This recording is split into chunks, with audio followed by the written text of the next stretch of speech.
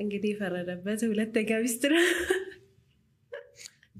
በጣም ነው መጠየቅ እንፈልገው። አሁን በዲኑ ብቻ አይደለም ልትመልስልኝ ሎጂካል ሆነን እንደ ሰው ይቀናል፣ ብዙ አይነት ባህሪ ያለን እንደ ሰው ሆነ እስቲ መልስልኝ። ሁለተኛ ሚስት ነሽ አንቺ? አይደለሁ እኔ አክሰፕት አላደረገው። ጥያቄ በጥያቄ እኔ አንድ ነገር አምናለሁ።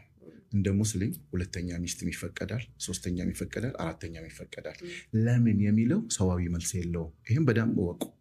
ለምን የሚለው ማለት ነው። ምክንያቱም ሁለትም ሶስትም አራትም ማግባት ትችላላችሁ ይላል። ይሄ ሩል ነው። የፈጣሪ ህግ ደግሞ በሰው አይዳኝም። ይህም በዚህ ልለፋው። ምክንያቱም 30 ገጂ ነው። ለምን የለም በቃ የፈጣሪ ህግ በሰውኛ አይዳኝም። አንድ ሁለተኛ ደግሞ የወላችሁ ፍትህነትን ያመጣል እስልምና። ብዙ ጊዜ ሁለተኛ ከእስልምና ጋር ስለሚገናኝ ማለት ነው። ሌሎችም በተለያየ ምክንያቶች የሚያገቡም የሚኖሩም አሉና ግን በደንብ ክሊር ላገው እቺ ሁለተኛ ምትለዋ አንድ ብቻ አግቡ የሚልም እስልምና ነው። ይሄ ነው ወቁ።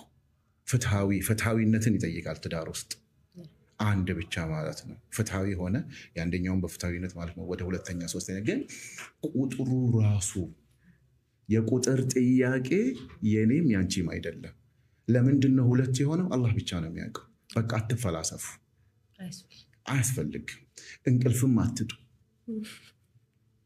አይተሻል። አሁን አንቺ የመጀመሪያ ሚስት ሆነሽ ስለ ሁለተኛ ለምን እንቅልፍ ታጫለሽ?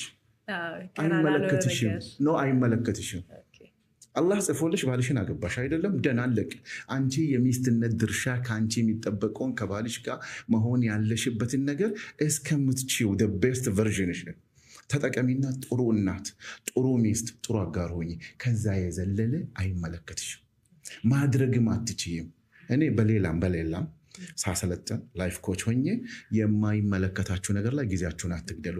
ገና ለገና በእኔ ላይ ይመጣል ብለሽ ትዳርሽን ጨዋ አታሳጭው። አታቂውማ መቼ እንደምትሞች አታቂ አይደል?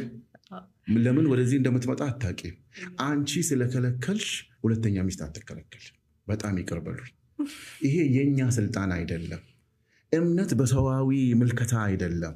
አላህ ለምን እንዳረገው ያውቃል። ወንድን እንዴት እንዳርገው እንደፈጠረ፣ ሴትን እንዴት እንዳረገ ማለት ነው። ከዛ ውጪ ደግሞ ብዙም ደግሞ አትጋፉ። ይኸውልሽ አንዲት ሴት አሁን አንቺ ሁለተኛ አትቀበልም አይደለም? የህዝብ ንብረት ከምትሆንና ሁለተኛ ሚስት ከምትሆን የትኛውን ትመርጫለሽ? የማንም መጫወቻ ከምትሆን እና ሁለተኛ ብትሆን፣ ያቺ ግን አንቺ ብትሆኝ። እቺ ጥያቄ ናት፣ ከባድ ጥያቄ። እቺን መልሻታ። ማንም እንደፈለገ ሊጠቀምብሽ አልመርጠውም። ትመርጫለሽ?